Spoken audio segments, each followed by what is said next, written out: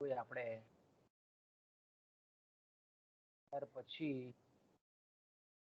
માંગ આગાહી કરતી વખતે પક્ષમાં રાખવાના જે કંઈ પણ પરિબળો છે પણ આપણે ચર્ચા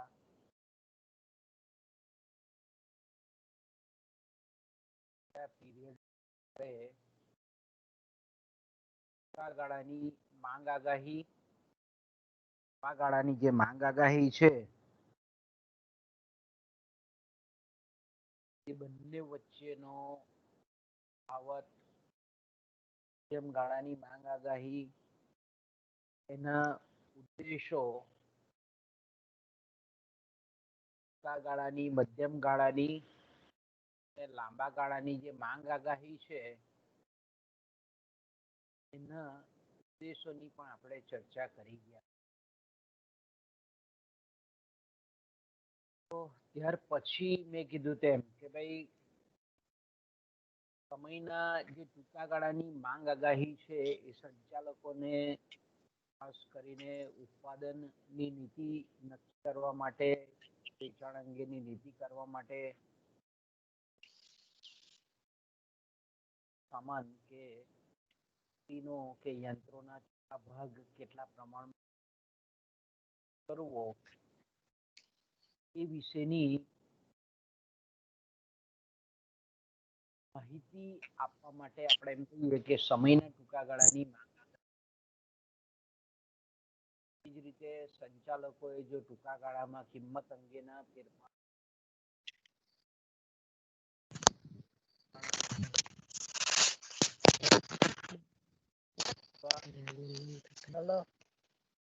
ગાળાની માંગ આગાહી ખૂબ ટૂંકા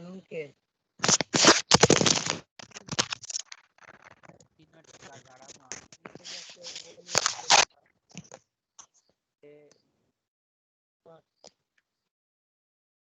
રવિના અવાજ તારો બંધ કર, મ્યુટ કર બેટા. હા સર, એક મિનિટ ચાલુ થઈ ગયું.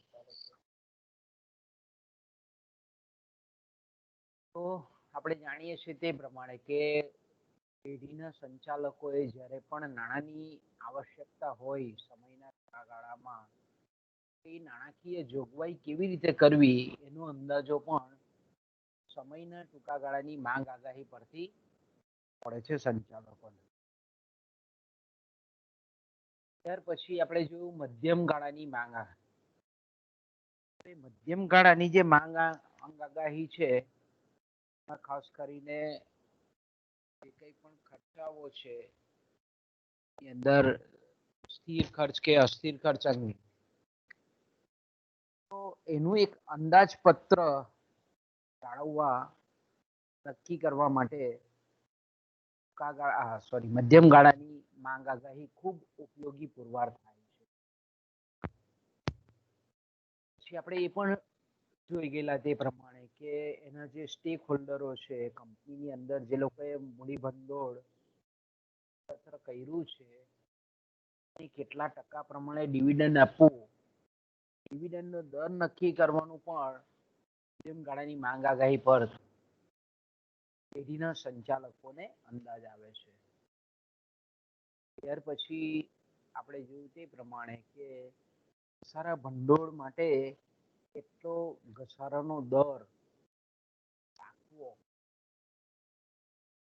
સારા ખર્ચ પેટે કેટલી રકમને અનામત તરીકે રાખવી, એ માહિતી પણ આપણે જો કહીએ તો સંચાલકોને મધ્યમ ગાળાની માંગ આગાહી પરથી ખબર પડે છે. એ જ રીતે આપણે એમ કહીએ કે પેઢીના જે કંઈ પણ ધ્યેય છે, જે કંઈ પણ હેતુઓ છે, એ હેતુઓના કયા કાર્યને પ્રાથમિકતા આપવી, અગ્રિમતા આપવી, એનો અંદાજ પણ મધ્યમ ગાળાની માંગ આગાહી પરથી સંચાલકોને ખબર. એ જ રીતે આપણે લાંબા ગાળાની માંગ આગાહી પણ જોઈ ગયા. લાંબા ગાળાની માંગ આગાહી પણ આપણને ખબર છે તે પ્રમાણે કે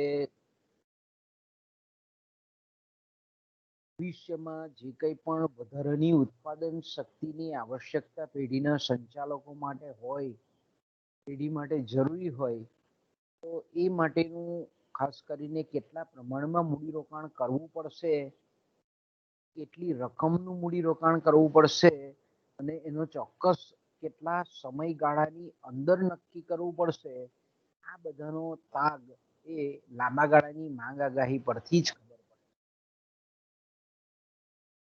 એટલે કે વર્તમાન જે પેઢીનો પ્લાન્ટ છે, એકમ છે, એનું વિસ્તરણ કરવું કે પછી કોઈક નવી જગ્યાએ નવા પ્લાન્ટ સ્થાપવો. એ જ રીતે આપણે એમ કહીએ કે સમયના લાંબા ગાળા દરમિયાન પેઢી જે કંઈ પણ ઉત્પાદન કરે છે ને એના બદલામાં જે કંઈ પણ આપણે નફો પ્રાપ્ત કરે છે, એ નફાના સંદર્ભમાં સમયના લાંબા ગાળામાં નાણાકીય પ્લાનિંગ, નાણાકીય ફાઇનાન્શિયલ મેનેજમેન્ટ, નાણાકીય આયોજન કઈ રીતે કરવું એનો ખ્યાલ પણ સમયના લાંબા ગાળાની માંગ આગાહી પરથી જ. એ જ રીતે મેં કીધું તેમ કે ભાઈ સમયના લાંબા ગાળે આપણે જાણીએ છીએ તે પ્રમાણે એ ખાસ કરીને માનવ શક્તિનું જો આયોજન કરવું હોય તો માનવ શક્તિના આયોજન માટે પણ લાંબા ગાળાની માંગ આગાહી માટે લાંબા ગાળાની માંગ આગાહી ખૂબ ઉપયોગી પુરવાર થાય છે. કે આપણે જાણીએ છીએ તે પ્રમાણે કે કોઈ પણ પેઢી હોય, કોઈ પણ ઉત્પાદન કરતી હોય અથવા તો ઘણી બધી વસ્તુઓનું ઉત્પાદન કરતી હોય, એવા સંજોગોમાં આપણને ખબર છે તે પ્રમાણે કે એને વિવિધ કાર્યકુશળતા વાળા શ્રમિકોની આવશ્યકતા ઊભી થાય, તો એનું આયોજન સમયના લાંબા ગાળામાં સમયાંતરે કઈ રીતે કરી શકાય એનો ખ્યાલ પણ એ લાંબા ગાળાની માંગ આગાહી પરથી જ સંચાલકોને ખબર પડે છે. ત્યાર પછી આપણે જે મુદ્દો જોઈ ગયેલા હતા કે ક્રિયાશીલ અથવા તો એને આપણે સક્રિય માંગ આગાહી કહીએ છીએ અને નિષ્ક્રિય માંગ આગાહી કહીએ છીએ. તો ચિત્ર આપણે જોઈ ગયા તે પ્રમાણે કે જ્યારે ભવિષ્યમાં પેઢીનું વેચાણ વધે નહીં, વધારવા માટેના કોઈ પણ જાતના પ્રયત્ન કરવામાં ન આવે, કોઈ પણ જાતના પગલાં લેવામાં નહીં આવે અને માંગની જે યથાવત પરિસ્થિતિ કેવી પ્રવર્તશે એને ધ્યાનમાં રાખીને જ્યારે આપણે એમ કહીએ કે માંગનો અંદાજ મેળવવામાં આવતો હોય તો તેને આપણે કહીએ છીએ નિષ્ક્રિય માંગ આગાહી. નિષ્ક્રિય માંગ આગાહી એટલે હું પોતાની જે પેદાશ છે, પોતે જે વસ્તુ બનાવે છે, પોતે જે તૈયાર વસ્તુનું નિર્માણ કરે છે, એની ભવિષ્યમાં જે માંગ હશે તેને અસર કરનારા જે કોઈ પણ પગલાઓ છે, પરિબળો છે, એમાં ફેરફાર કરવામાં ન આવે, કોઈ પણ જાતના પગલાં લેવામાં નહીં આવે એની સુધારણા માટે, અને પછી આગામી સમયગાળામાં એની કેટલી માંગ રહેશે એવો જ્યારે અંદાજ મેળવવામાં આવતો હોય તો તેને આપણે કહીએ છીએ તેને આપણે કહીએ છીએ નિષ્ક્રિય માંગ આગાહી. પરંતુ જ્યારે એનાથી ઉલટી બાબતની આપણે વાત કરીએ કે પેઢીના એક ધ્યેય પૈકી જ્યારે એનું એક ધ્યેય કે લક્ષ્યાંક એવું હોય કે ભાઈ અત્યારનું જે વેચાણ છે એ વેચાણમાં ભવિષ્યમાં વધારો કરી શકાય એટલા માટે એ વસ્તુની કિંમતમાં ફેરફાર કરવાની નીતિ અપનાવે, વસ્તુની ગુણવત્તામાં ફેરફાર કરવાના પગલાઓ લે, વસ્તુ વેચવા માટેના ઘણા બધા આયોજનો કરે, ઘણી બધી યોજનાઓ કરે, ઘણા બધા આપણે એમ કહીએ કે સેલ્સમેનોની નિમણૂક કરે, ઘણા બધા વિતરકોની નિમણૂક કરે, નવા બજારોનું સંશોધન કરે, નવા બજારમાં વિજ્ઞાપન ખર્ચ કરે. તો આવા જ્યારે પગલાં લઈ અને પછી આગામી સમયગાળામાં કેટલી માંગ રહેશે વસ્તુની, એનું જ્યારે સંચાલકો અંદાજ મેળવતા હોય તેને આપણે કહીએ છીએ સક્રિય માંગ આગાહી. આપણે શું કહીએ છીએ? આપણે સક્રિય માંગ આગાહી કહીએ છીએ. તો આ બે માંગ આગાહીના પ્રકાર છે. પરીક્ષામાં કોઈક વખત ટૂંકા પ્રશ્નમાં પૂછે છે. હવે આજનો જે યુનિવર્સિટી પરીક્ષાને ધ્યાનમાં રાખીને જો આપણે મુદ્દો જોઈએ તો ખૂબ મહત્વનો છે. એ છે માંગ આગાહીની પદ્ધતિઓ. ખૂબ મહત્વનો ટોપિક છે એવા કે માંગ આગાહીની જે પદ્ધતિઓ છે એને આપણે કહીએ છીએ ડિમાન્ડ ફોરકાસ્ટિંગ મેથડ અથવા methods of the demand forecasting. પરીક્ષામાં કોઈક પેપર સેટર હોય તો તમને એવું પણ પૂછે કે માંગના વર્તારાની પદ્ધતિઓ વર્ણવો. માંગનું પૂર્વાનુમાન કઈ પદ્ધતિઓ દ્વારા કરી શકાય? પરીક્ષામાં ગમે તે રીતે શબ્દ પ્રયોગ કરે, માંગ આગાહી શબ્દ પણ વાપરે, માંગનું પૂર્વાનુમાન શબ્દ પણ વાપરે, અથવા માંગનો વર્તારો એવો શબ્દ પ્રયોગ પણ કરે. તો અહીંયા તમને તરત સ્ટ્રાઇક જવી જોઈએ કે માંગ આગાહીની જે પદ્ધતિઓ છે એ પદ્ધતિઓ વિશેની અહીંયા વાત કરવા માંગે છે. પેપર સેટર પ્રશ્ન પૂછવા માંગે છે. તો પેઢી જે વસ્તુ બનાવે છે એની આગામી સમયગાળામાં કેટલી માંગ રહેશે એવો જ્યારે સચોટ અંદાજ પેઢીના સંચાલકોએ પ્રાપ્ત કરવો હોય, કારણ કે આપણે જાણીએ છીએ તે પ્રમાણે કે ધંધાકીય આયોજનમાં સંચાલકીય નિર્ણયકરણની પ્રક્રિયામાં અને ભાવિ આયોજનના તમામ જે નિર્ણયો છે એમાં માંગ આગાહી બહુ મહત્વનો ભાગ ભજવે છે. એટલે આપણે એમ કહીએ ને કે જેટલી સચોટ માંગ આગાહી તેટલું આપણે એમ કહીએ કે પેઢીની નફાકારકતાની તકો એટલી જ વધારે પ્રબળ.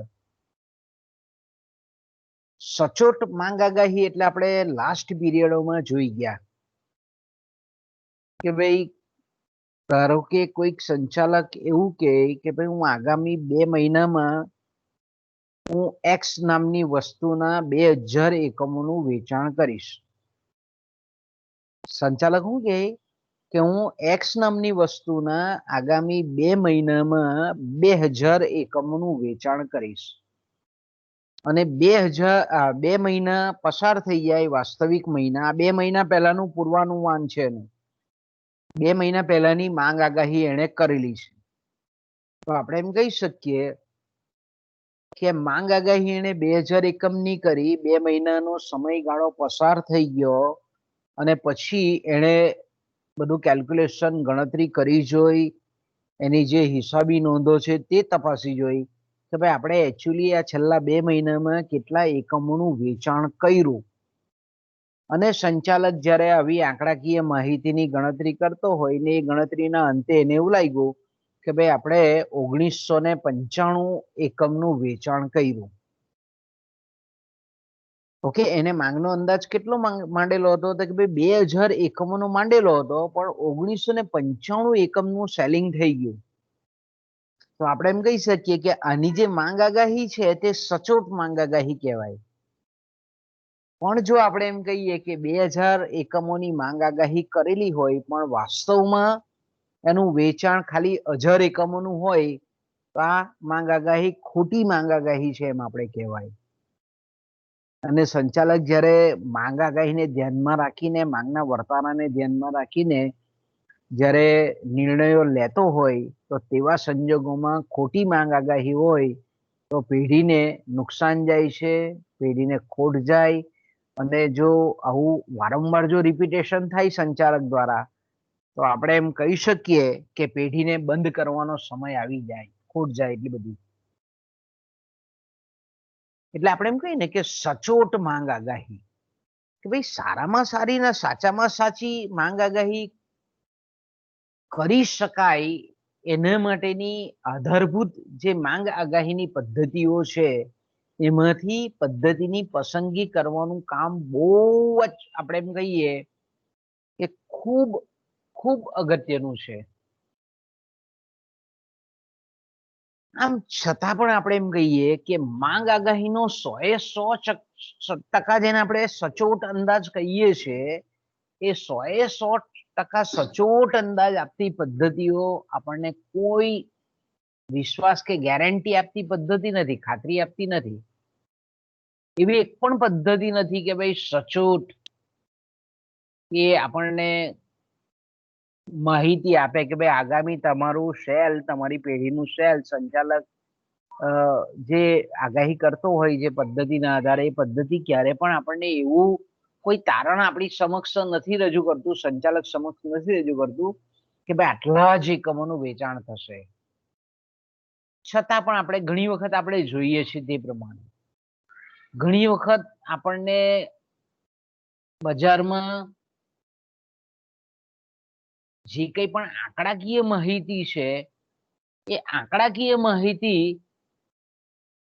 સચોટ આપણને મળતી નથી, સાચી નથી મળતી, અથવા તો ઘણી વખત સંપૂર્ણ માહિતી આપણે જેને કહીએ છીએ એ ઉપલબ્ધ થતી નથી.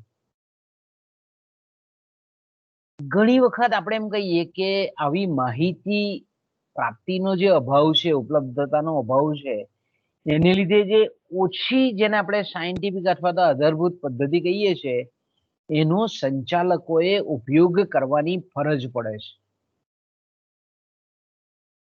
ઘણીવાર કે ભાઈ માંગ આગાહી સંચાલક જ્યારે કરવા માંગતો હોય ત્યારે એને બહુ ઉતાવળ હોય કે ભાઈ મારે તરત રિઝલ્ટ જોઈએ. એટલે ઘણી વખત આપણે એમ કહીએ કે માંગ આગાહી મેળવવાની જે ઉતાવળ છે એની તાત્કાલિક જે રિક્વાયરમેન્ટ છે એને લીધે આપણે એમ કહીએ કે ઓછી જે ઓથેન્ટિક માહિતી છે, આધારભૂત પદ્ધતિ છે, તેનાથી એને કામ ચલાવી લેવું પડે. એટલે આપણે એમ કહીએ ને કે વ્યવહારમાં જે સંચાલકો છે તેને જો માંગ આગાહી વિશેની તાત્કાલિક જો જરૂરિયાત હોય તો તેવા સંજોગોમાં આપણે એમ ચોક્કસ કહી શકીએ કે ઘણી વખત માંગ આગાહીની પદ્ધતિઓ જે છે તેમાંથી પદ્ધતિ પસંદ કરવામાં સમાયોજિત થવું પડે છે, એડજસ્ટમેન્ટ કરવું પડે છે. તો મૂળભૂત રીતે આપણે એમ કહીએ કે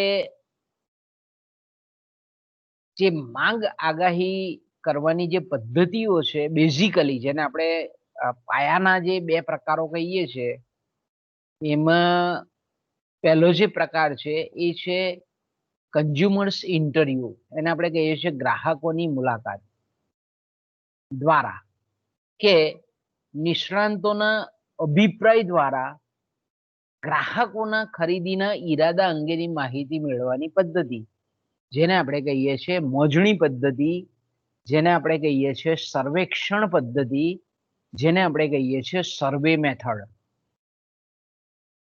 તો આપણે એમ કહીએ કે માંગ આગાહી મેળવવાની જે પદ્ધતિ છે એમાં પ્રમુખગત પહેલી જે પદ્ધતિ છે તેને આપણે સર્વે મેથડ કહીએ છીએ, સર્વેક્ષણ પદ્ધતિ કહીએ છીએ, એને આપણે મોજણી પદ્ધતિ પણ કહીએ છીએ. અને મોજણી પદ્ધતિમાં મેં કીધું તેમ ક્યાં તો ગ્રાહકોની મુલાકાત દ્વારા આગામી સમયગાળામાં કેટલી માંગ રહેશે એનો અંદાજ મેળવવામાં આવે છે, ક્યાં તો આપણે એમ કહીએ કે દરેક વસ્તુના બજારમાં અમુક નિષ્ણાંત વ્યક્તિઓ હોય છે, એ નિષ્ણાંત વ્યક્તિઓના અભિપ્રાય ગ્રાહકોની ખરીદી પ્રત્યેના કેવા છે એ જાણી, જેને આપણે સામૂહિક અભિપ્રાય પદ્ધતિ પણ કહીએ છીએ, પછી આવે છે એ પછી જોઈશું આપણે ડિટેલમાં. તો આવા જે નિષ્ણાંત વ્યક્તિઓ છે એ લોકોના જે અભિપ્રાયો છે એના પર આધારિત માંગનો અંદાજ, માંગ આગાહી કરવામાં આવતી હોય છે. ઓકે, તો એને આપણે કહીએ છીએ સર્વે પદ્ધતિ, સર્વેક્ષણ પદ્ધતિ, એને આપણે મોજણી પદ્ધતિ પણ કહેવામાં આવે છે. ઓકે, જે બીજી પદ્ધતિ છે એ છે ભૂતકાળના અનુભવોને એટલે કે ભૂતકાળની જે વેચાણ અંગેની માહિતી હોય, આંકડાકીય માહિતી હોય, એને માર્ગદર્શક ગણી લેવામાં આવે. સંચાલક દ્વારા શું કરવામાં આવે કે ભાઈ પાછલા જે વર્ષોના વેચાણના આંકડા છે એને બેઝ બનાવવામાં આવે. એટલે છેલ્લા જે ભૂતકાળના જે વર્ષોના વેચાણના આંકડા છે એના પરથી ભવિષ્ય અંગેની માંગનો અંદાજ લગાવવામાં આવતો હોય.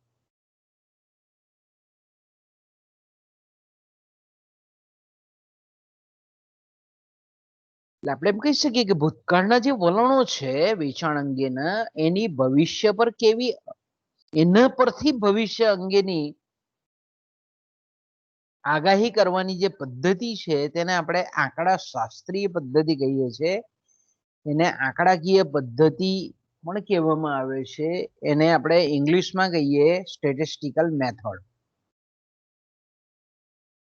તો આપણે એમ કહી શકીએ કે જ્યારે પણ બજારમાં જ્યારે ટૂંકા ગાળાની માંગ આગાહી કરવાની હોય, બરાબર, સમયના ટૂંકા ગાળામાં જ્યારે માંગનો અંદાજ મેળવવાનો હોય ત્યારે આપણે એમ કહીએ કે જે પહેલી પદ્ધતિ છે ગ્રાહકોની મુલાકાત કે નિષ્ણાંતોના અભિપ્રાયની, તો એ પદ્ધતિ વધારે ઉપયોગી લાગે છે બીજી પદ્ધતિ કરતા.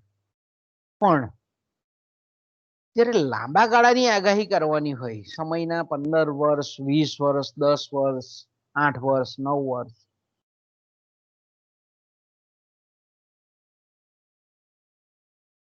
તો આપણે એમ કહી શકીએ કે આંકડા શાસ્ત્રીય પદ્ધતિ એ ઉપયોગી વધારે બને છે પહેલી પદ્ધતિની તુલનામાં. પછી આપણે એમ કહીએ કે ઓલરેડી બજારમાં જે વસ્તુ વેચાતી હોય,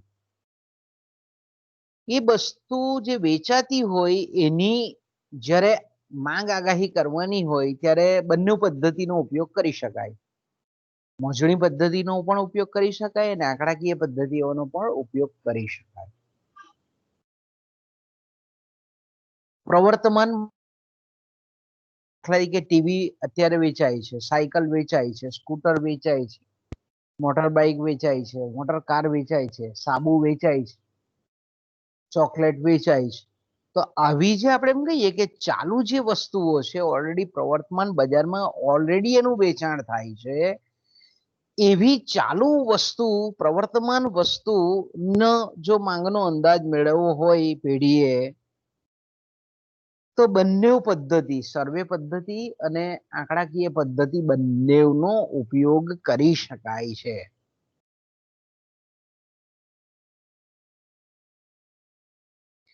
પણ આપણે એમ કહીએ કે જ્યારે તદ્દન નવી વસ્તુ માર્કેટમાં આવી હોય, તદ્દન નવી, એકદમ ન્યૂ પ્રોડક્ટ હોય કે બજારમાં અત્યાર સુધી વેચાતી નહીં હતી પણ અત્યારે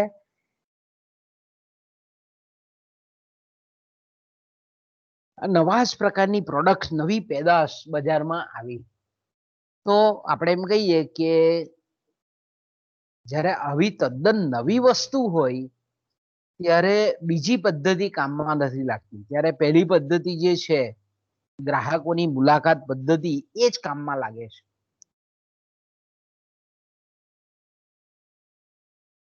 કારણ કે નવી વસ્તુ છે એટલે એની પાસે ભૂતકાળની જે વેચાણની આંકડાકીય માહિતી જોઈએ તે એને મળતી નથી. એટલે સંચાલકોને મળતી હોતી નથી. એટલે નવી જ વસ્તુ મૂકવાની હોય તો આપણે એમ કહી શકીએ કે ભાઈ ગ્રાહકો અથવા તો એને રિલેટેડ કોઈ ધંધો હોય તો એમાં રોકાયેલા જે નિષ્ણાંત વ્યક્તિઓ છે એ નિષ્ણાંત વ્યક્તિઓનો અભિપ્રાય જાણીને કરી શકાય આગાહીનો, માંગનો અંદાજ પ્રાપ્ત કરી શકાય. દાખલા તરીકે આપણે એમ કહીએ કે ધારો કે મોબાઈલ જેવી કોઈક વસ્તુ કંપની મૂકવા માંગે છે, ઓકે, તદ્દન નવી વસ્તુ છે, મોબાઈલ નથી પણ આપણે એમ કહીએ કે એવી કોઈક ઇલેક્ટ્રોનિક્સ વસ્તુ કે જેમાં બધી જ વાત પણ કરી શકાય, વિડીયો પણ જોઈ શકાય, વોઇસ પણ રેકોર્ડિંગ થઈ શકાય, કોમ્પ્યુટર તરીકેનું કામ પણ કરી શકાય, મોબાઈલ તરીકેનું કામ પણ કરી શકાય, એક જગ્યાએ બીજી જગ્યાએ સરળતાથી લઈ શકાય, આવી કોઈક નવી જ વસ્તુ કે જેમાં પ્રોજેક્ટર પણ આવી જાય, બધું જ આવી જાય, પ્રોજેક્ટર આવી જાય, સ્પીકર આવી જાય, તમામ ફેસિલિટી આવી કોઈ કંપની ધારો કે કોઈક નવી વસ્તુ બજારમાં મૂકવા માંગે છે, તો આપણે એમ કહી શકીએ કે તેમાં એને શું કરવું પડે? તદ્દન નવી વસ્તુ છે.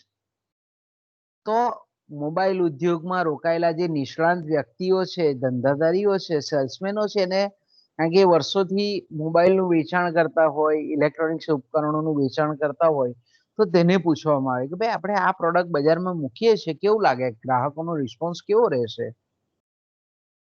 તો આવા નિષ્ણાંતોના અભિપ્રાયો મેળવી અને પછી માંગનો અંદાજ કાઢવામાં આવે છે. એટલે આપણે એમ કહી શકીએ કે તદ્દન નવી વસ્તુ જો બજારમાં આવેલી હોય અને પેઢીએ જો માંગનો અંદાજ કે માંગ આગાહી એને મેળવવી હોય, તો આપણે એમ કહીએ કે પહેલી પદ્ધતિ જ મહત્વની પુરવાર થાય છે, બીજી પદ્ધતિ કામે લાગતી નથી.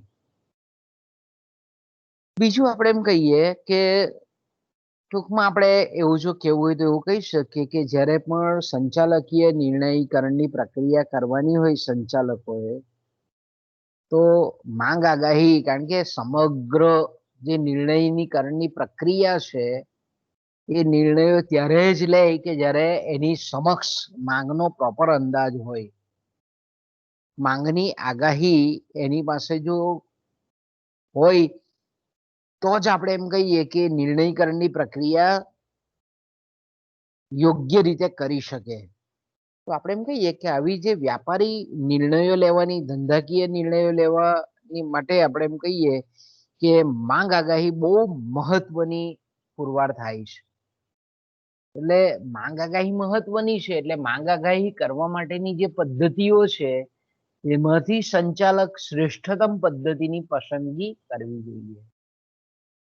કે ભાઈ સારામાં સારું પરિણામ આપતી હોય, આધારભૂત હોય, વિશ્વસનીય હોય, ઓછી ખર્ચાળ હોય, ઓછા સમયમાં યોગ્ય તારણ આપતી હોય, આવી જે શ્રેષ્ઠતમ પદ્ધતિ છે એ પદ્ધતિનો એને ઉપયોગ કરવો પડે સંચાલકે.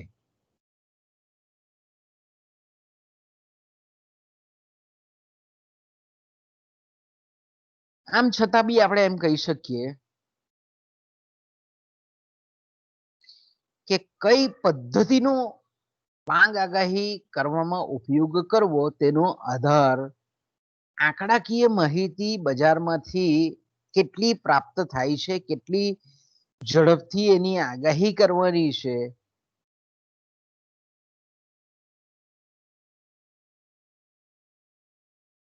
તેના પર રહેલો છે. ઘણીવાર આપણને એવું બી બને કે ભાઈ બહુ વિશ્વાસપાત્ર, જે એકદમ સરસ 100% સારું રિઝલ્ટ આપતી માંગ આગાહીની પદ્ધતિઓ પસંદ કરવામાં આવે, પણ એ માંગ આગાહીની પદ્ધતિનો જ્યારે વ્યવહારમાં ઉપયોગ કરીએ અને ત્યારે જો આપણે એમ કહીએ કે આંકડાકીય માહિતી જ જો ઉપલબ્ધ ન હોય, તો આપણે એમ કહીએ કે માંગ આગાહીની પદ્ધતિ સારી હોવા છતાં પણ વિશ્વસનીય પદ્ધતિનો ઉપયોગ કરવા છતાં પણ આપણે એમ કહીએ કે માંગનો યોગ્ય અંદાજ મેળવી શકાય નહીં. વ્યવહારમાં આપણે જોઈએ છે નાના મોટા કારખાનાઓ વાળાને, ઘણા બધા દુકાનદારોને, કે એ લોકો પાસે સમય નથી હોતો, એ લોકો પાસે એક્સ્ટ્રા એવું ભંડોળ નથી હોતું કે લોકો વિશ્વસનીય પદ્ધતિઓ, માંગ આગાહીની પદ્ધતિઓનો ઉપયોગ કરી શકે. છતાં પણ આપણે એમ કહી શકીએ કે ભાઈ સંચાલક છે તે જ્યારે નિર્ણયકરણની પ્રક્રિયા કરતો હોય ત્યારે એને આ બધી પદ્ધતિઓથી માહિતગાર રહેવું પડે.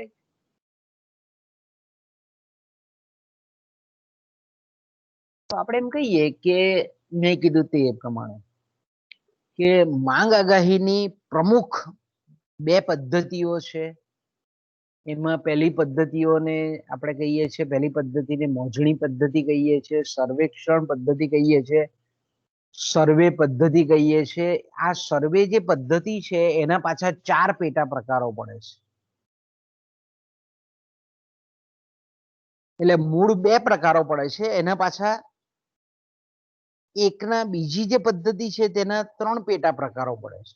એટલે આપણે એમ કહી શકીએ કે સર્વે પદ્ધતિ છે, અહીંયા આગળ જોઈ શકો છો, આ જે છે તો આ જે મોજણી પદ્ધતિ છે એના 1 અને 2 મેઇન પ્રકારો, પણ પાછા બીજા જે પ્રકાર છે તેના 3 પેટા પ્રકારો આપણને પડતા જોવા મળે છે.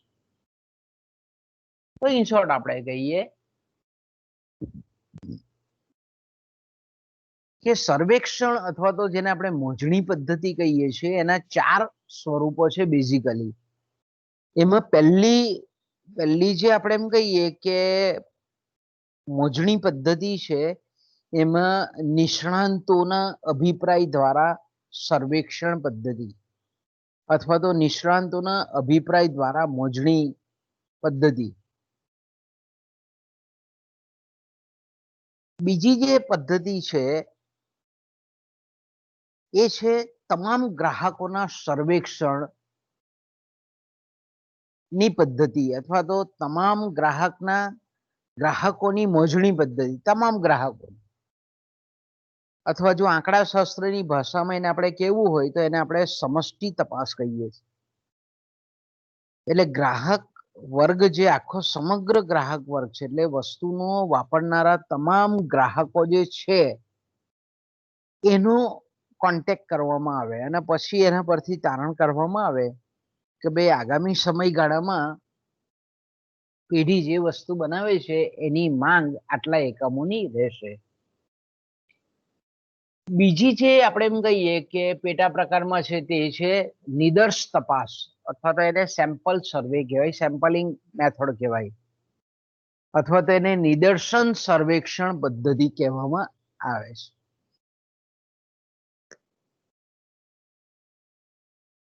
તો આપણે એમ કહીએ કે જે નિદર્શન સર્વેક્ષણ પદ્ધતિ એટલે હું તો કે ભાઈ વસ્તુના વાપરનારા જેટલા પણ ગ્રાહકો છે એમાંથી પ્રતિનિધિરૂપ ગ્રાહકોને પસંદ કરવામાં આવે, એનો સેમ્પલ લેવામાં આવે, એનો એક નિદર્શ બનાવવામાં આવે અને પછી એ લોકોના અભિપ્રાયો પરથી તમામ બધા જ ગ્રાહકો આ પ્રકારનું વર્તન કરતા હશે એવું જ્યારે તારવવામાં આવશે,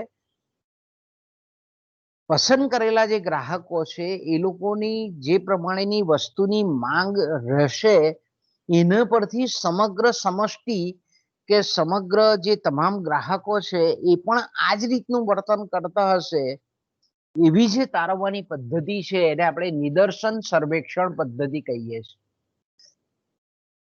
અને ત્રીજી જે પદ્ધતિ છે જેને આપણે કહીએ છીએ આખરી ગ્રાહક તપાસ પદ્ધતિ અથવા એને કહેવામાં આવે છે ઔદ્યોગિક માંગના સર્વેક્ષણની પદ્ધતિ. એટલે ઘણી વખત નથી કહેતા આપણે કે ભાઈ ખાસ કરીને ઘણી બધી વસ્તુઓ એવી હોય કે એના મલ્ટિપલ યુઝ હોય, ઘણા બધા ઉપયોગો હોય. કે ધારો કે આપણે એમ કહીએ કે પ્લાસ્ટિક છે તો કે ભાઈ પ્લાસ્ટિકના અસંખ્ય ઉપયોગો છે. વાસણ બનાવવામાં બી કામ લાગે, ફર્નિચર બનાવવામાં પણ કામ લાગે, પ્લેન બનાવવામાં પણ કામ લાગે, ટ્રેન બનાવવામાં પણ કામ લાગે, ફ્રીજ બનાવવામાં પણ કામ લાગે. કેટલી બધી જગ્યાએ આપણે એમ કહીએ કે પ્લાસ્ટિકનો ઉપયોગ થાય. એ જ રીતે રબર છે, એ જ રીતે લાકડું છે, એ જ રીતે લોખંડ છે, એ જ રીતે પિત્તળ છે, એ જ રીતે તાંબુ છે, એ જ રીતે એલ્યુમિનિયમ છે, એના ઘણા બધા ઉપયોગો છે.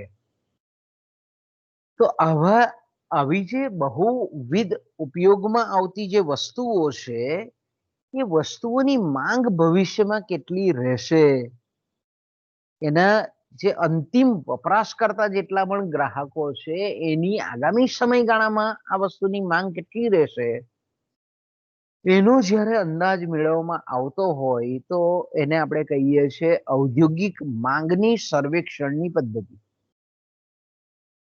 ધારો કે આપણે એમ કહીએ કે સ્ટીલ છે તો આખા ભારતમાં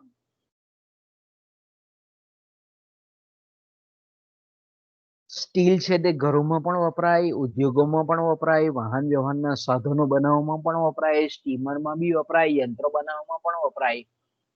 તો આપણે એમ કહીએ કે સ્ટીલનો ઉપયોગ કરનારી જે તમામ આર્થિક પ્રવૃત્તિઓ છે એ આગામી સમયગાળામાં એ લોકોના ઉત્પાદનના કેવા આયોજનો છે, કેટલી એ સ્ટીલની માંગ કરશે, એ બધી જ આંકડાકીય માહિતી ભેગી કરી અને એમાં કેટલા ટન સ્ટીલની નિકાસ થશે, કેટલી આયાત થશે, એ બધી જ સરવાળા બાદબાકી કર્યા પછી આગામી સમયગાળામાં આટલી સ્ટીલની માંગ રહેશે એવું જ્યારે તારવવામાં આવતું હોય તો તેને આપણે કહીએ છીએ આખરી ગ્રાહક તપાસ પદ્ધતિ અથવા તો ઔદ્યોગિક માંગના સર્વેક્ષણની પદ્ધતિ, એન્ડ યુઝ મેથડ જેને આપણે કહીએ છીએ. એન્ડ એટલે તૈયાર, છેલ્લે અંતિમ વપરાશકર્તા જે વ્યક્તિઓ છે એની મોજણી કરવામાં આવે, એની સર્વે કરવામાં આવે.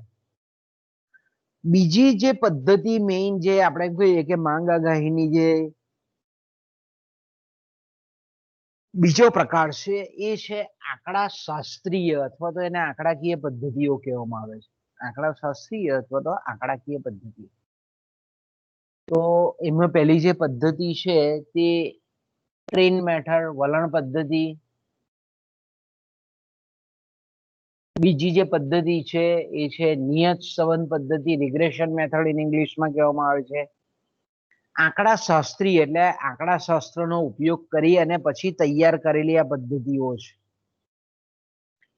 નિયત સંબંધાંક પદ્ધતિ, નિયત સંબંધ પદ્ધતિ. પછી આવે છે પુરોગામી નિર્દેશક પદ્ધતિ, લીડિંગ ઇન્ડિકેટર મેથડ. અને ચોથું છે સાયમલ્ટેનિયસ ઇક્વેશન મેથડ કે જેને આપણે કહીએ છીએ સમકાલીન સમીકરણ પદ્ધતિ. તો આપણા ખાલી સિલેબસમાં આંકડાકીય પદ્ધતિમાં એક જ પદ્ધતિ આપણા અભ્યાસક્રમમાં છે અને એ છે વલણ પદ્ધતિ. પણ આપણે કોઈ વખત પરીક્ષામાં એવો ટૂંકો પ્રશ્ન પૂછે કે માંગ આગાહીની આંકડાકીય પદ્ધતિઓ જણાવો, 2 માર્કનો પ્રશ્ન પૂછે તો તમારે 4 પદ્ધતિઓના નામ લખવા પડે. તો આપણે એમ કહીએ કે આંકડાકીય જે પદ્ધતિઓ છે એના 4 સ્વરૂપો પૈકી એક જે સ્વરૂપ મેં કીધું તેમ કે વલણની પદ્ધતિ જે છે, ટ્રેન મેથડ છે, એ આપણા સિલેબસમાં છે એટલે એની ડિટેલમાં આપણે ચર્ચા કરવાની. પરીક્ષામાં ઘણી વખત પ્રશ્ન એવા પૂછાય છે કે વલણ પદ્ધતિ, માંગ આગાહીની વલણ પદ્ધતિની વિગતે સમજૂતી આપી એની મર્યાદાઓ સમજાવો. આ રીતે પણ પ્રશ્નો પૂછાય છે. કોઈ વખત સર્વેક્ષણ પદ્ધતિ એટલે શું? સર્વેક્ષણ પદ્ધતિની માહિતી આપી એનું મહત્વ અને મર્યાદાઓ સહિત એની ચર્ચા કરો. આ રીતે પણ પ્રશ્ન પૂછાય, કોઈ પણ રીતે પ્રશ્ન પૂછી શકે પરીક્ષામાં. તો આપણે જાણીએ છીએ તે પ્રમાણે કે મેં કીધું ને કે માંગ આગાહીની કોઈ માંગ જ્યારે આપણે જેટલું સૈદ્ધાંતિક રીતે સરળતાથી ભણીએ છીએ એટલું વ્યવહારમાં જ્યારે આપણે પોતે પણ જ્યારે સંચાલક હોય અથવા તો આપણે પણ પોતે કોઈ ધંધો જો નાનો મોટો કરતા હોઈએ તો આપણે એનો વ્યવહારમાં ઉપયોગ કરવાનું કામ બહુ કઠિન છે. આપણે સૈદ્ધાંતિક રીતે લાગે કે એમાં બહુ શું વાંધો આવે, માંગનો અંદાજ મેળવવો, માંગ આગાહી કરવી, એમાં કઈ બહુ મોટી વાત નથી એવું આપણે સૈદ્ધાંતિક રીતે એવું માની લઈએ. પણ વાસ્તવમાં જ્યારે એને ચરિતાર્થ કરવા જઈએ ત્યારે આપણને એમ લાગે કે આ પદ્ધતિઓ ઘણી બધી મર્યાદાઓ વાળી છે, એનું મહત્વ પણ છે, ઘણી બધી ઉપયોગી પણ છે. છતાં પણ આપણે એમ કહી શકીએ કે માંગ આગાહીની એવી કોઈ સહેલી પદ્ધતિ કે સૂત્ર નથી કે જેના આધારે વ્યક્તિ કે કંપની પોતે જે વસ્તુ બનાવે છે એની ભવિષ્યની સંપૂર્ણ ચોકસાઈથી આગાહી કરી શકે. એ ઉપરાંત પણ આપણે એમ કહીએ કે જ્યારે પણ કોઈ પણ માંગ આગાહીની પસંદગી કરવામાં આવતી હોય ત્યારે એ આગાહીમાં, એ પદ્ધતિમાં જો આપણે એમ કહીએ કે ગાણિતિક સૂત્રોનો કે સમીકરણોનો કે ઇક્વેશન્સનો ઉપયોગ થતો હોય તો એનાથી બહુ અભિભૂત થવાની જરૂર નથી. કારણ કે આપણે જાણીએ છીએ તે પ્રમાણે કે એનાથી આકર્ષાઈ જાય અને આપણે જો એવું માની લઈએ, એટલે સંચાલકો એવું જો માની લે કે ભાઈ આ જે ગણિતનો ઉપયોગ કરીને, ગાણિતિક સૂત્રો, સમીકરણોનો ઉપયોગ કરીને આજે માંગનો અંદાજ મેળવવામાં આવે છે એ સમગ્ર વાસ્તવિક ચિત્ર જ રજૂ કરે છે. તો આવી જે માન્યતા તરફ આપણે એમ કહીએ કે સંચાલકો દોરવાય છે એ ખોટું છે. સંચાલકે આપણે એમ કહીએ કે બહુ ન્યુટ્રલી, તટસ્થતાથી આવી કોઈ પણ બાહ્ય દ્રષ્ટિથી પ્રલોભાઈને માંગ આગાહીની પદ્ધતિ પસંદ કરવાની જરૂરિયાત નથી. ભલે ઘણા બધા આપણે એમ કહીએ કે સંકુલ ગાણિતિક સૂત્રો કે સમીકરણોનો એમાં ઉપયોગ થતો હોય, પણ આપણે જાણીએ છીએ તે પ્રમાણે કે આપણે વારંવાર ચર્ચા કરીએ છીએ કે આર્થિક જે ઘટનાઓ છે એ આર્થિક ઘટનાઓ કેવી છે, બહુ સંકુલ હોય.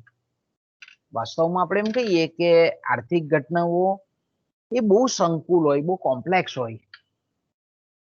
એને અસર કરતા ઘણા બધા પરિબળો હોય, અને જો આપણે આંકડા શાસ્ત્રનો ઉપયોગ જો નહીં કરીએ તો આ બધા જ પરિબળોની કેટલી અસર થાય છે એ કદાચ આપણે યોગ્ય રીતે મેળવી નહીં શકીએ. એટલે આપણે એમ કહીએ કે આંકડાકીય પદ્ધતિઓ જે છે તે કોઈ પણ આર્થિક ઘટના અથવા તો માંગ રિલેટેડ જે ઇસ્યુઝ છે એના તમામ પ્રકારના આપણે એમ કહીએ કે અલગ અલગ પ્રકારના વિવિધ પ્રકારના જે પરિબળો છે એના સંબંધોની સ્પષ્ટતા અને એનું વિશ્લેષણ કરવા માટે ખૂબ જરૂરી છે. આપણે એમ કહીએ ને કે ભાઈ માંગ વિધેય આપણે એફઆઈ માં ભણી ગયા કે ભાઈ કોઈ પણ વસ્તુની માંગને અસર કરતા ઘણા બધા પરિબળો છે. વસ્તુની કિંમત છે, ગ્રાહકની આવક છે, અવેજી અને પૂરક વસ્તુઓના ભાવો છે, જાહેરાત ખર્ચ છે, દેખાદેખીની અસર છે, વસ્તી છે તેની વહેંચણી છે, રાષ્ટ્રીય આવકની વહેંચણી છે. આ બધા ઘણા બધા પરિબળો વસ્તુની માંગને અસર કરે છે, પણ આ બધા પરિબળોની અસર એ અલગ અલગ વસ્તુ પર અલગ અલગ પ્રમાણે હોય છે. તો મેં કીધું તેમ કે આપણે ગણિતના સૂત્રોનો ઉપયોગ નથી કરવાનો, એનો મતલબ એવો નથી કે ભાઈ આપણે અલગ અલગ જે પરિબળો એ કોઈ પણ વસ્તુની માંગને અલગ અલગ રીતે અલગ અલગ તીવ્રતામાં અસર કરતા હોય છે. તો જ્યારે આપણે કહીએ કે અલગ અલગ પરિબળો જ્યારે અલગ અલગ રીતે અસર કરતા હોય, અલગ અલગ માત્રામાં અસર કરતા હોય, અલગ અલગ તીવ્રતામાં અસર કરતા હોય, ત્યારે આપણે આંકડાકીય જે પદ્ધતિ છે આંકડા શાસ્ત્ર પર આધારિત તેની આપણે અવગણના કરી શકીએ નહીં. એટલે સંચાલકોએ આપણે એમ કહીએ કે આંકડાકીય પદ્ધતિનો તો ઉપયોગ કરવો જ પડે. એના વગર આપણે એમ કહીએ કે સચોટ આપણે રિઝલ્ટ માંગ આગાહી અંગેનું માંગ વિશેનું આપણને સચોટ ચિત્ર મળતું નથી. એટલે આપણે એમ કહી શકીએ કે અલગ અલગ જે પરિબળો છે એના વસ્તુની માંગ પર અસર તો વ્યક્તિગત પરિબળોના સંદર્ભમાં તો અસરનો તાગ મેળવી શકાય છે, પણ પરસ્પર બે પરિબળોની કે બે કરતા વધારે પરિબળોની કેટલી અસર વસ્તુની માંગ કે સેવાની માંગ પર થતું હોય છે એનો આપણે અંદાજ એ આંકડાકીય પદ્ધતિ દ્વારા જ મેળવી શકીએ છીએ. બીજું આપણે જાણીએ છીએ તે પ્રમાણે કે જ્યારે પણ માંગ આગાહી કરવામાં આવતી હોય ત્યારે ખાલી આપણે માંગનો અંદાજ કોઈક નિષ્ણાંત કે અનુભવી વ્યક્તિ કહે છે તેના અભિપ્રાય પર છોડી દેવાની જરૂર નથી. કારણ કે ઘણી વખત આપણે જાણીએ છીએ તે પ્રમાણે કે ભાઈ નિષ્ણાંત વ્યક્તિઓ જે છે એ જે કંઈ પણ અભિપ્રાય આપે છે, કદાચ આપણે માનીએ કે ઓનેસ્ટીથી આપે છે, એકદમ પ્રમાણિકપણે આપે છે, પણ દર વખતે નિષ્ણાંત વ્યક્તિઓ સાચી જ હોય એવું આપણે માની લેવાની જરૂર નથી. કારણ કે માંગને અસર કરતા ઘણા બધા પરિબળો કામ કરતા હોય. તો તેવા સંજોગોમાં આપણે એમ કહી શકીએ કે માંગનો અંદાજ ફક્ત આપણે નિષ્ણાંતોના અભિપ્રાયના આધારે માંગનું ચિત્ર આપણે અંદાજીએ તો એ બહુ ઘણી વખત અયોગ્ય છે.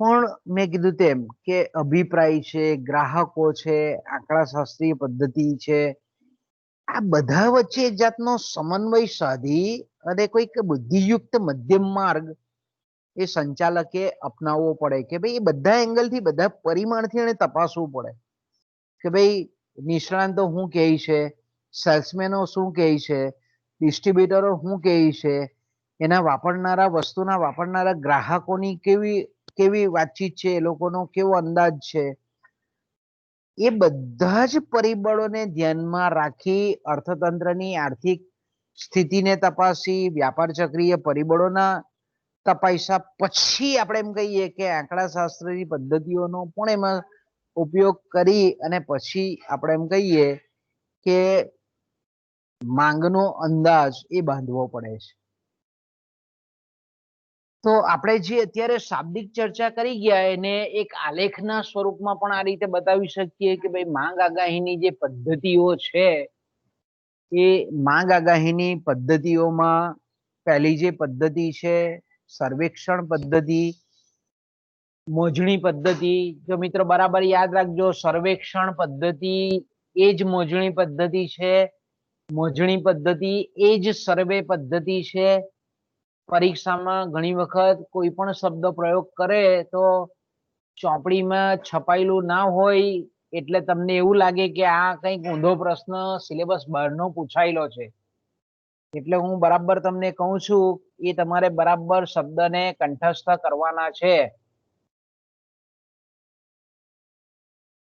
કે સર્વે પદ્ધતિ પણ કહેવાય, મોજણી પદ્ધતિ પણ કહેવાય, સર્વેક્ષણ પદ્ધતિ પણ કહેવાય એને. અને બીજી જે મુખ્ય પદ્ધતિ છે આંકડાકીય પદ્ધતિ. સર્વેક્ષણ પદ્ધતિના પાછા બે પેટા પ્રકાર પડે છે, નિષ્ણાંતોના અભિપ્રાય દ્વારા સર્વેક્ષણ મોજણી અને ગ્રાહકોની સીધી મોજણી. ગ્રાહકોની મુલાકાત લઈ અને પછી એ મોજણી કરવામાં આવતી હોય છે, સર્વે કરવામાં આવતો હોય છે. બરાબર, સર્વે અથવા મોજણી એટલે હું તો અત્યારે તમને અનુભવ થતો હશે કે ગ્રામ સેવકો અત્યારે દરેક આપણે એમ કહીએ કે ઘરે ઘરે ફરે અને પછી તમારા ઘરમાં કેટલા વ્યક્તિઓ છે, કોઈને શરદી ખાંસી છે કે નહીં, પછી કોઈને કઈ તાવ આવે છે કે નહીં, આવું સર્વે કરી જાય તો એને આપણે મોજણી કહીએ છીએ અને આપણે સર્વે કરીએ છીએ. અત્યારના પરિસ્થિતિના સંદર્ભમાં આપણે જોઈએ તો ઘણી બધી બહેનો ને ઘણા બધા ભાઈઓ આવે છે ને દર વખતે આપણે આ મહામારીના સમયે, તો અહીંયા કંપની એના માણસોને મૂકે, તમારા જેવા છોકરાઓને પણ ઉપયોગમાં કરે. આથી મને યાદ છે ત્યાં સુધી 2004માં જયારે દિવ્ય ભાસ્કર નવું પબ્લિશ થયેલું તે પહેલા એ લોકોએ આખો સર્વે કરાવેલો કે ભાઈ કઈ રીતનું તમે પેપર ઈચ્છો છો, અને તમારા જેવા ગ્રેજ્યુએટ છોકરાઓને પસંદ કરેલા હતા. ઘરે ઘરે મોકલે અને પછી ફોર્મ એ લોકોએ છાપેલું હોય અને ફોર્મ ભરીને પછી આંકડાકીય માહિતી મેળવી અને પછી આપણે એમ કહીએ કે દિવ્ય ભાસ્કર જે ન્યૂઝપેપર અત્યારે આપણે વાંચીએ છીએ એનો સર્વે થયેલો હતો, આખો બહુ મોટો સર્વે થયેલો હતો. તો આને આપણે મોજણી કહીએ છીએ અને આપણે સર્વેક્ષણ કહીએ છીએ. તો એની મેં કીધું તેમ કે ત્રણ પેટા પદ્ધતિઓ છે. ગ્રાહકોની જે મોજણી કરીએ છીએ તે, ગ્રાહકોનું જે સર્વેક્ષણ કરવામાં આવે છે તે, સમષ્ટિ તપાસ, નિદર્શન તપાસ, આખરી ગ્રાહક તપાસ પદ્ધતિ. એ જ રીતે આપણે એમ કહીએ કે આંકડાકીય પદ્ધતિના પણ 4 પ્રકાર છે, પણ આપણા સિલેબસમાં માત્ર પહેલી જે પદ્ધતિ છે વલણ પદ્ધતિ એ જ આપણે અહીંયા ભણવાની છે. આના ખાલી નામ તમારે યાદ રાખવાના છે, પરીક્ષામાં ટૂંકા પ્રશ્નમાં પૂછાય એટલા માટે. તો આંકડાકીય જે પદ્ધતિ છે એમાં પહેલી પદ્ધતિ છે વલણ પદ્ધતિ, ઇંગ્લિશમાં એને ટ્રેન્ડ મેથડ કહીએ છીએ. નિયત સંબંધ પદ્ધતિ જેને આપણે રિગ્રેશન મેથડ કહીએ છીએ. પુરોગામી નિર્દેશક પદ્ધતિ જેને આપણે લીડિંગ ઇન્ડિકેટર મેથડ કહીએ છીએ. અને સમકાલીન સમીકરણ જે સાયમેલ્ટેનિયસ ઇક્વેશન મેથડ એને આપણે કહીએ છીએ. જે શબ્દમાં આપણે ચર્ચા કરી ગયા એ આ આલેખના સ્વરૂપમાં આપણને બતાવેલું છે. ઓકે, ત્યાર પછી આપણે પહેલી પદ્ધતિ જે આ બે પ્રકારો આપણે જોયા આ ચાર્ટમાં, મોજણી પદ્ધતિમાં નિષ્ણાંતોના અભિપ્રાય દ્વારા મોજણી અને ગ્રાહકોની મોજણી, આ બે પૈકી પહેલો જે પ્રકાર છે એની આપણે ચર્ચા કરીને પછી લેક્ચર આપણો પૂરો કરીશું. તો આપણે એમ કહીએ કે જે પહેલી ગ્રાહકોની જે મોજણી છે, માંગ આગાહીની જેને આપણે મોજણી પદ્ધતિઓ કહીએ છીએ, સર્વેક્ષણ પદ્ધતિ કહીએ છીએ, એમાં પહેલી જે પદ્ધતિ છે એ છે નિષ્ણાંતોના અભિપ્રાય દ્વારા મોજણીની રીત, મોજણી પદ્ધતિ. તો પહેલો જે આપણે એમ કહીએ કે પેટા પ્રકાર, એને ઇંગ્લિશમાં આપણે કહીએ છીએ એક્સપર્ટ્સ ઓપિનિયન સર્વે મેથડ અથવા તો કલેક્ટિવ ઓપિનિયન મેથડ. એને ગુજરાતીમાં બીજું નામ છે સામૂહિક અભિપ્રાયની પદ્ધતિ, સામૂહિક અભિપ્રાયની રીત. સામૂહિક એટલે જેને આપણે કલેક્ટિવ કહીએ છીએ, અભિપ્રાય એટલે ઓપિનિયન કહીએ છીએ, અને રીત અથવા તો પદ્ધતિ એટલે એને આપણે મેથડ કહીએ છીએ. તો એમાં આપણે જોઈએ તો નિષ્ણાંતોના અભિપ્રાય દ્વારા સર્વેક્ષણની પદ્ધતિ. ઓકે, તો સામાન્ય રીતે આપણે જાણીએ છીએ તે પ્રમાણે કે આ જે પદ્ધતિ છે એ પદ્ધતિ આપણને એવું સૂચવે છે કે કોઈ પણ ધંધો હોય, જો કોઈ પણ ઉદ્યોગ હોય, એ ઉદ્યોગમાં આપણે એમ કહીએ કે ઘણી પેઢીઓ ઘણી બધી જૂની હોય, વર્ષોથી એ ધંધામાં કામ કરતી હોય. દાખલા તરીકે આપણે બજારમાં નીકળીએ તો કાપડની દુકાન, તો કે કાપડની દુકાનો આપણે જોઈએ મોટા સિટીઓમાં, તો ઇવન આપણે રાજપીપળા જેવા સિટીમાં પણ જોઈએ કે તમારા સાગબારા કે ડેડિયાપાડામાં બી તમે જુઓ તો તમને લાગે કે ઘણા વર્ષોથી કાપડ વેચતા ઘણા બધા આવા વેપારીઓ હોય અથવા ધંધાદારી હોય, દુકાનદારો હોય, જે વર્ષોથી કામ કરતા હોય. એ દુકાનદારો જે છે એ દુકાનદારો કેવા છે, બહુ અનુભવી છે કે ભાઈ 100 વર્ષ જૂની દુકાનો હોય. તો હવે આપણે એમ કહીએ કે એક તો આવા દુકાનદારો જે છે તેના માલિકો, એક તો પહેલા તો અનુભવી વ્યક્તિઓ. બીજું આપણે એમ કહીએ કે ઘણા સેલ્સમેનો હોય, ઘણા વર્ષોથી સેલ્સમેનશીપ કરતા હોય, કે ભાઈ કાપડ હોય કે ઇલેક્ટ્રોનિક્સ વસ્તુ હોય કે ઇલેક્ટ્રિક ગુડ હોય, એનું સેલ્સમેનશીપ ઘણા બધા વર્ષોથી કરતા હોય. પછી ઘણા બધા ડિસ્ટ્રીબ્યુટર હોય, એને વિતરકો કહીએ છીએ આપણે, ડિસ્ટ્રીબ્યુટર, ડીલર્સ. ઘણા છૂટક વેપારીઓ, મેં કીધું તેમ ઘણા બધા, દરેક ધંધામાં દલાલો હોય, કમિશન એજન્ટો હોય. આવા જે વ્યક્તિઓ છે કે જેને આપણે નિષ્ણાંત વ્યક્તિઓ કહીએ છીએ. કેમ નિષ્ણાંત કહીએ છીએ?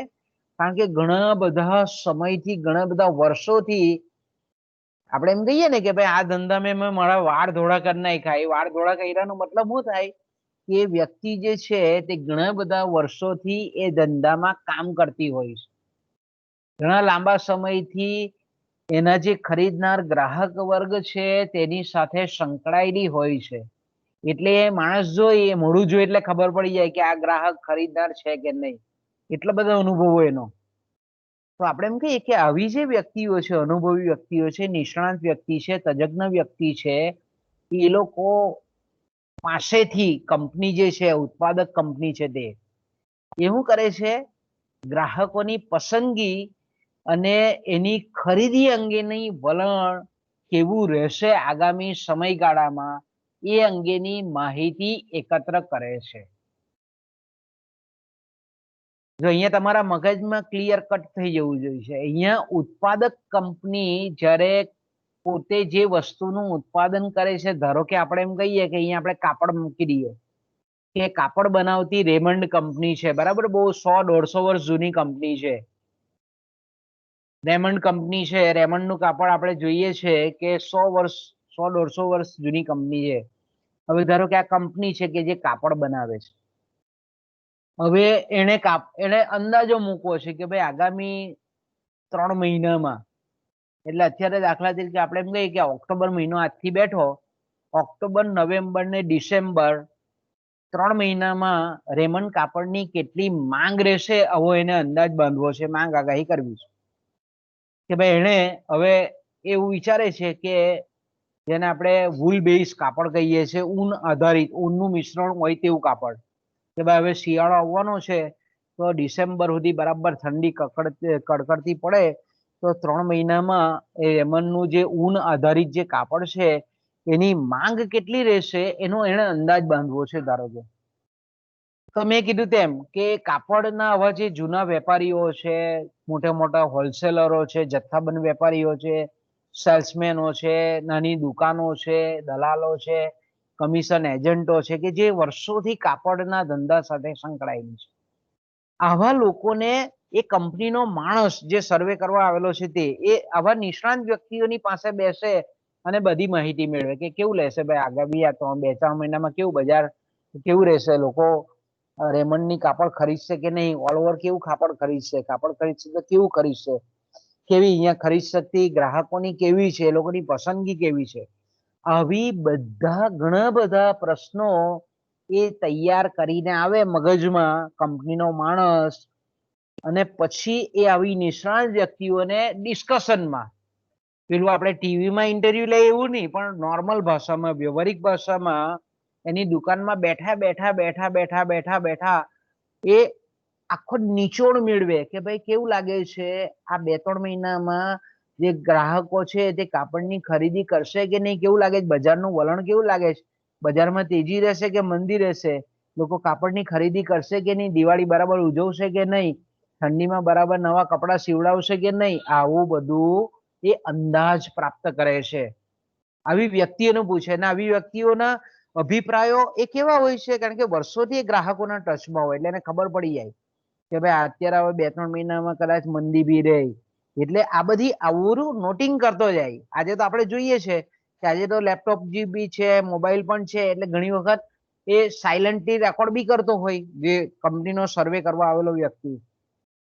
આવી રીતે દાખલા તરીકે આખા બજારમાં આપણે એમ કહીએ કે આવા જે લાંબો ધંધાનો અનુભવ ધરાવનાર જે અનુભવી નિષ્ણાંત વ્યક્તિઓ છે એને બજારની રૂખ ખબર હોય છે અને બજારની ખબર છે વલણ કે આ રીતનું જ રહેવાનું છે ને એ લોકોના અભિપ્રાય 99% સાચા બી પડતા હોય છે, કારણ કે એ લોકો માણસને ઓળખતા હોય, માણસના મનોવલણને ઓળખતા હોય, માનસિક પરિસ્થિતિને ઓળખતા હોય.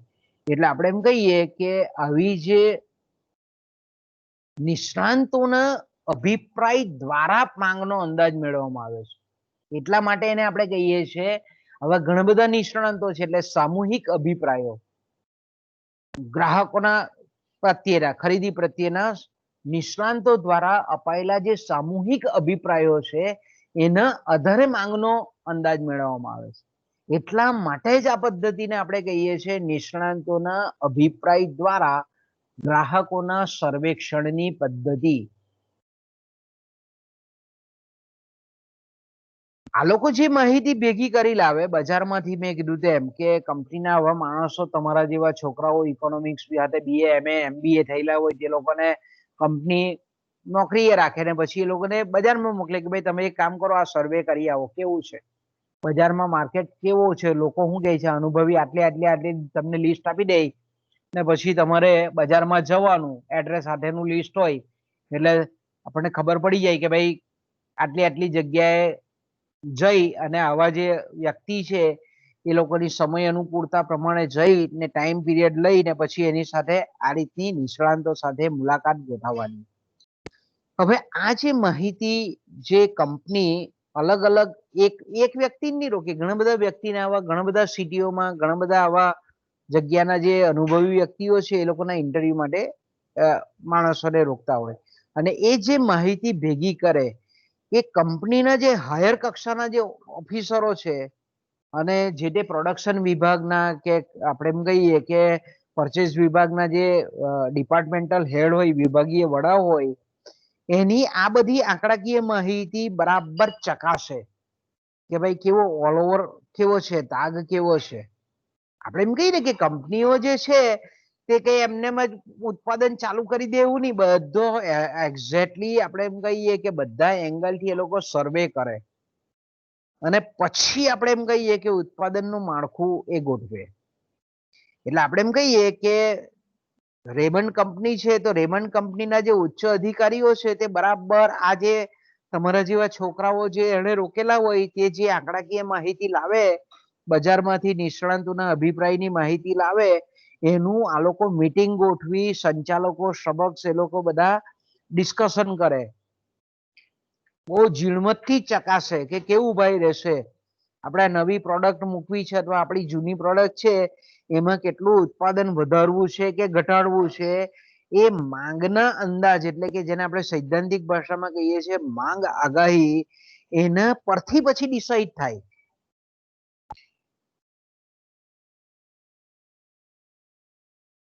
એટલા માટે આપણે એમ કહીએ કે એને સામૂહિક અભિપ્રાય પદ્ધતિ આપણે કહીએ છીએ. અને પછી કંપની નક્કી કરે કે ભાઈ આપણે આટલા મીટર આ કાપડનું ઉત્પાદન કરવાનું, આ ક્વોલિટીનું કરવાનું, આટલા આટલા બજારમાં આપણે મૂકવાનું, આટલી આટલી જગ્યાએ આટલા આટલા વેચનારાઓને ત્યાં એ કાપડને આપવાનું.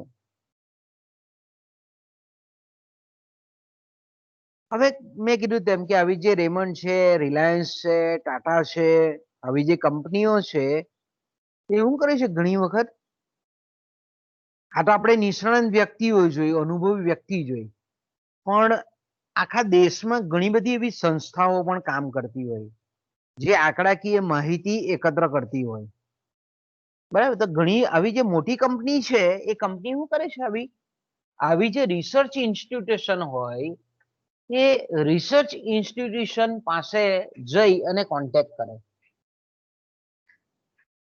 હવે રિસર્ચ ઇન્સ્ટિટ્યુશન પાસે જઈને કોન્ટેક્ટ કરે એટલે એ જે સંશોધન કરતી સંસ્થાઓ છે એ સંશોધન કરતી સંસ્થાઓ જે કંઈ પણ અહેવાલો બહાર પાડે, અથવા તો ઘણી વખત આપણે એમ કહીએ કે આવી મોટી કંપની હોય એવી સંસ્થાને આખો પ્રોજેક્ટ સોંપે કે ભાઈ તમે એક કામ કરો, આ વસ્તુ આપણે લોન્ચ કરવા માંગીએ છીએ, એનું તમે બજારમાં જઈને સર્વે કરો. એટલે આવી જે આપણે કહીએ કે આપણા ભારતમાં જે આવી રિસર્ચ જે સંસ્થાઓ છે એમાં પહેલી છે NCAER, એનું ફૂલ ફોર્મ છે National Council of Applied Economic research.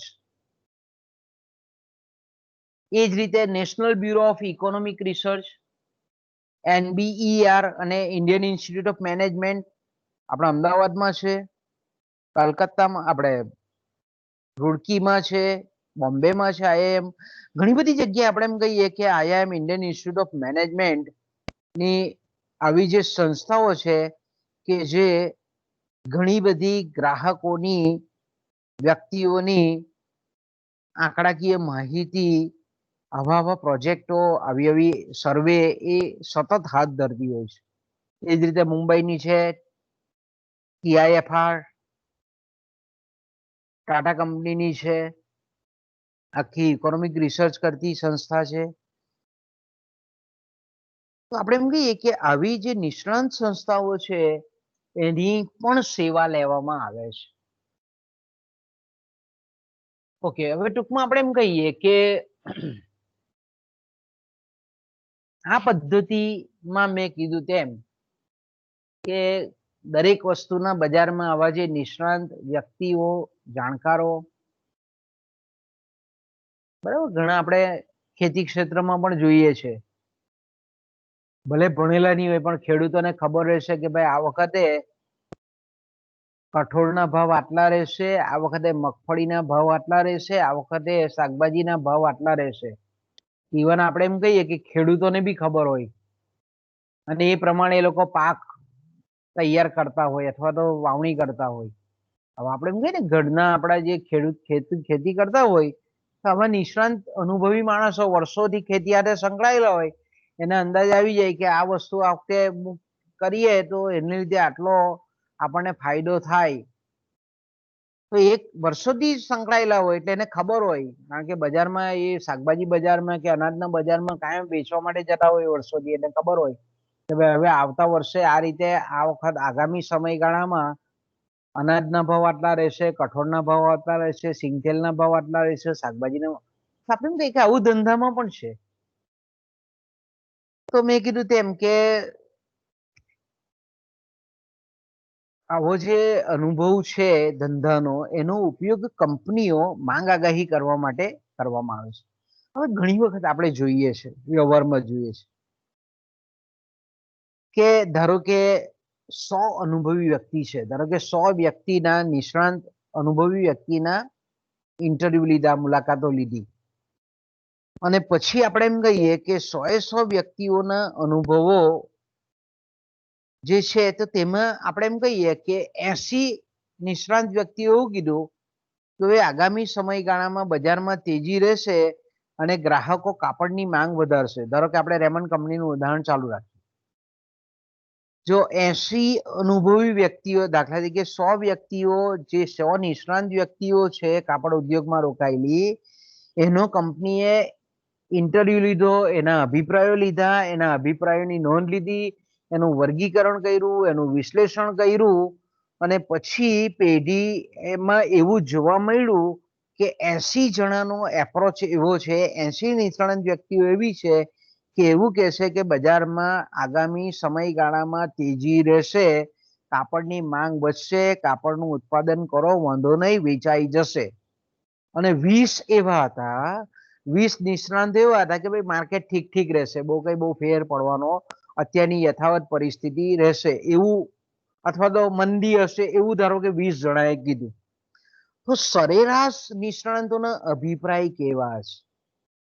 જ્યારે એક જ સરખા હોય ત્યારે કંપનીને બહુ ચિંતા નથી, પણ જ્યારે આ રીતના હોય 80-20 જેવું હોય તો મોટે ભાગે કંપનીને શું કરે, 80 જણાએ જે એવું કીધું હોય કે ભાઈ આટલા એકમોનું કે આટલા મીટરનું કાપડ તમે વણો વાંધો નહીં, અને પેલા એવું 20 જણા એવું કહે છે કે ભાઈ તમે બહુ બહુ ઉત્પાદન બધા નહીં કરતા, પડી રહે માલ આજ વેચાતો નથી, તો તેવા સંજોગોમાં એ લોકો શું કરે, એવરેજ કાઢે. એ જે નિષ્ણાંતો જે છે તેના અભિપ્રાયોની સરેરાશ કાઢે, એવરેજ કાઢે, અને ઓલ ઓવર સરેરાશ અભિપ્રાય કેટલો છે કે ભાઈ તમે 5000 મીટર કાપડ બજારમાં મૂકો વણીને તો વેચાઈ જશે. આવું જો આપણે એમ કહીએ કે અભિપ્રાય આપનાર જો આપણે એમ કહીએ કે મેજોરિટી ટકામાં હોય તો પછી કંપની બીજું વિચારતી નથી. કંપની એવું વિચારે કે ભાઈ આટલા મીટર કાપડનું આપણે વણાટ કરીને મૂકી દઈએ બજારમાં. તો આવી જે આપણે એમ કહીએ કે નિષ્ણાંતોના અનુમાન આમાં બહુ મહત્વના હોય. નિષ્ણાંતોનો બજાર પ્રત્યેના અનુમાનો કેવી છે, ધારણા કેવી છે, એટલા માટે આ પદ્ધતિને આપણે અનુમાન પદ્ધતિ તરીકે પણ ઓળખીએ છીએ. નિષ્ણાંતોના અનુમાન આધારિત પદ્ધતિ તરીકે પણ ઓળખવામાં આવે છે. તો આપણે એમ કહીએ કે આ જે પદ્ધતિ છે તેના લાભો કયા કયા છે, ઓકે, એના ફાયદા કયા કયા છે? તો કે ભાઈ આ પદ્ધતિ નિષ્ણાંતોના અભિપ્રાય દ્વારા જ્યારે માંગ આગાહી કે સર્વે કરવામાં આવતો હોય તે પદ્ધતિ કેવી છે, એકંદરે સરળ પદ્ધતિ છે. સરળ પદ્ધતિ એટલે આપણે એમ કહી શકીએ કે સીધા આમાં નિષ્ણાંત વ્યક્તિઓ કે જે વર્ષોથી ધંધામાં રોકાયેલી છે એના અનુભવનો કંપનીને ફાયદો થાય છે. જે કંપની માંગ આગાહી કરાવતી હોય એ કંપનીને આવા જે અનુભવી વ્યક્તિ છે તેના જ્ઞાનનો, એના અનુભવનો લાભ કંપનીને મળે છે. અને બીજું સરળ છે, એકદમ ઇઝીલી આપણે એમ કહીએ કે બહુ નોર્મલ કન્ડિશનમાં સામાન્ય પરિસ્થિતિમાં બેસી અને વાતચીત કરતા કરતા કરતા એ નિષ્ણાંત વ્યક્તિ સાથે સામાન્ય વ્યવહારિક ભાષામાં જે રીતની વાતચીત કરતા હોય એના પરથી એનું નિચોડ આપણને મળે છે, એટલે સરળ છે એકંદરે. બીજું આપણે એમ કહીએ કે ઓછી ખર્ચાળ છે, કે ભાઈ આખા બજારમાં જો 100 માણસને મળવાનું હોય તો આપણે એમ કહીએ કે ખર્ચ ઓછો લાગે, તો એ અઠવાડિયે 10 દિવસમાં કામ પતી જાય. એટલે આપણે એમ કહીએ કે જે વ્યક્તિઓને સર્વે કરવા માટે રાખેલા હોય તો તેનો પગાર છે કે પછી એને રહેવાનું જમવાનું જે ખર્ચ ઉઠાવવો પડે છે તે કમ્પેરેટિવલી ઓછો ઉઠાવવો પડે છે, કારણ કે ઓછા સમયમાં આપણને આ સર્વે મળી જાય છે. બીજું આપણે એમ કહીએ કે અહીંયા આંકડા એટલા બધા ભેગા નહીં કરવાના હોતા, કે ભાઈ 100 વ્યક્તિના અભિપ્રાયોને અહીંયા નોટ ડાઉન કરવાના છે. એટલે બહુ જે આંકડા શાસ્ત્રીય આંકડાઓની જે ગડમથલ છે એની ઘણી બધી ગૂંચવણવાળી વિધિઓ છે, એ વિધિઓથી આ મુક્ત છે. બધી વિધિઓથી એ ઝંઝટથી મુક્ત છે પદ્ધતિ. બીજું આપણે એમ કહીએ કે બજારની સાથે જે સંકળાયેલા જે નિષ્ણાંત વ્યક્તિઓ છે, મેં કીધું તેમ અનુભવી વ્યક્તિઓ છે, એના વિશિષ્ટ જ્ઞાનનો અહીંયા લાભ મળે છે, એનો બેનિફિટ મળે છે. વર્ષોથી એને એ ધંધાનો અનુભવ છે, બજારની રૂખ છે, બજાર અંગેનું જ્ઞાન છે, એના જ્ઞાનનો લાભ પેઢીને મળે છે. પેઢી જો આ બધા અનુભવી વ્યક્તિઓ એવું કહેતા હોય કે ભાઈ લોકોની માંગ હવે આ રીતની બદલાયેલી છે, તો પેઢીએ પોતાની જો પેદાશને બદલવી હોય તો એના પરથી આ પદ્ધતિ પરથી એને ખબર પડી જાય કે ભાઈ આપણે પરંપરાગત જે વસ્તુ ઉત્પાદન કરીને બજારમાં મૂકીએ છીએ એના કરતા અનુભવી તજજ્ઞ વ્યક્તિઓ, નિષ્ણાંત વ્યક્તિઓ એવું કહે છે કે ભાઈ આપણી જે પ્રોડક્ટ છે તેને આપણે થોડોક શેપ આપીએ, બદલીએ, એમાં થોડુંક આ ઉમેરીએ, એવું ખ્યાલ એ આ નિષ્ણાંતો એ કંપનીના માણસને જે સર્વે કરનાર આવનાર છે તેને એ લોકો કહે છે એની વાતમાં કે ભાઈ આપણે આ વસ્તુ બરાબર છે, અત્યાર સુધી ચાલે છે, પણ ગ્રાહકોની એવી ડિમાન્ડ હતી કે ભાઈ ગ્રાહકો જ્યારે અમારી દુકાને આવતા હતા ત્યારે ગ્રાહકો એવું કહેતા હતા કે ભાઈ આની જગ્યાએ આવું હોય તો વધારે સારું. એટલે આવું જે જ્ઞાન છે એ જ્ઞાનનો લાભ કંપનીને પોતાની પેદાશમાં ગુણવત્તા સુધારવામાં મળે છે. એ જ રીતે આપણે એમ કહીએ કે આવા જે વિશિષ્ટ નિષ્ણાંત વ્યક્તિઓ છે તે ગ્રાહકોના ટચમાં હોય એટલે ગ્રાહકોની વાત પરથી એને ખબર પડી જાય કે આ વસ્તુ એને મોંઘી લાગે છે, એટલે તરત જ આપણે એમ કહીએ કે કંપનીનો માણસ આવતો હોય જ્યારે આવી સર્વે કરવા ત્યારે નિષ્ણાંત વ્યક્તિઓ કહે છે કે ભાઈ તમારું કાપડ તો સારું છે, નો ડાઉટ, ગ્રાહકો બહુ વખાણતા હતા, પણ એની કિંમત બહુ ઊંચી છે. તો કંપનીએ પોતાની પેદાશના ભાવ ઘટાડવા હોય તો આ નિષ્ણાંતોનો અભિપ્રાય ત્યાં બી ખબર પડી જાય કે ચાલ ભાઈ આપણે થોડોક ભાવ ઘટાડીએ, ગ્રાહક ખરીદે તો છે, કમને ખરીદે છે. જ્યારે બીજાને જ્યારે ગ્રાહક વાત કરતો હોય કે ભાઈ મેં આ વસ્તુ લીધી પણ ક્વોલિટી બહુ મસ્ત છે પણ હારા ભાવ બી બહુ ઊંચા છે, તો આપણે એમ કહીએ કે એક બાજુ વસ્તુને વખાણે છે, બીજી બાજુ એ ભાવને કોચરે છે. આપણે એમ કહીએ કે હારા ભાવ બહુ વધારે છે. એટલે આવું આવું કોણ કે ભાઈ એ બજારમાં પેઢી નાખીને બેઠેલો વ્યક્તિ છે તે જાણતો હોય, ગ્રાહકોના આવા મનોવલણોથી એ ગ્રાહકોની સાથેના સંપર્કને લીધે એને ખબર પડી જાય, એને નોલેજ આવી જાય કે ભાઈ આ ગ્રાહક આ પેઢીની વસ્તુ તો લઈ જાય છે પણ કચવાતા મને લઈ જાય છે, ખિસ્સામાંથી પૈસા નીકળતા નથી એના કહેવાના. તો અહીંયા જ્યારે કંપનીના માણસોને જ્યારે સર્વે કરવા આવા નિષ્ણાંત વ્યક્તિઓ પાસે મોકલવામાં આવે છે ત્યારે નિષ્ણાંત વ્યક્તિઓ આવું કહે છે કે ભાઈ વસ્તુ સારી છે પણ ભાવ થોડા કંપની ઘટાડે, કઈ ડિસ્કાઉન્ટ આપે, કંઈક ભેટ આપે તો હજુ પણ એનું તમારું જે વેચાણ છે તે આટલા એકમોની છે તેની જગ્યાએ આટલા એકમોનું વધશે. એટલે આપણે બજારમાં જોઈએ છે કે સ્કીમ આવે કે ભાઈ આપણે ફ્રીજ લઈએ તો આપણને મિક્સર ફ્રી આપે, આ લઈએ તો આપણને અસ્ત્રી ફ્રી આપે, બધી બજારમાં જોઈએ ને તો કંપની આ બધું આવું જે વેચનારાઓ છે તેના અભિપ્રાય પરથી જ આ કંપનીઓને અંદાજો આવે કે આવું આવું લાવો એમ. ઓકે,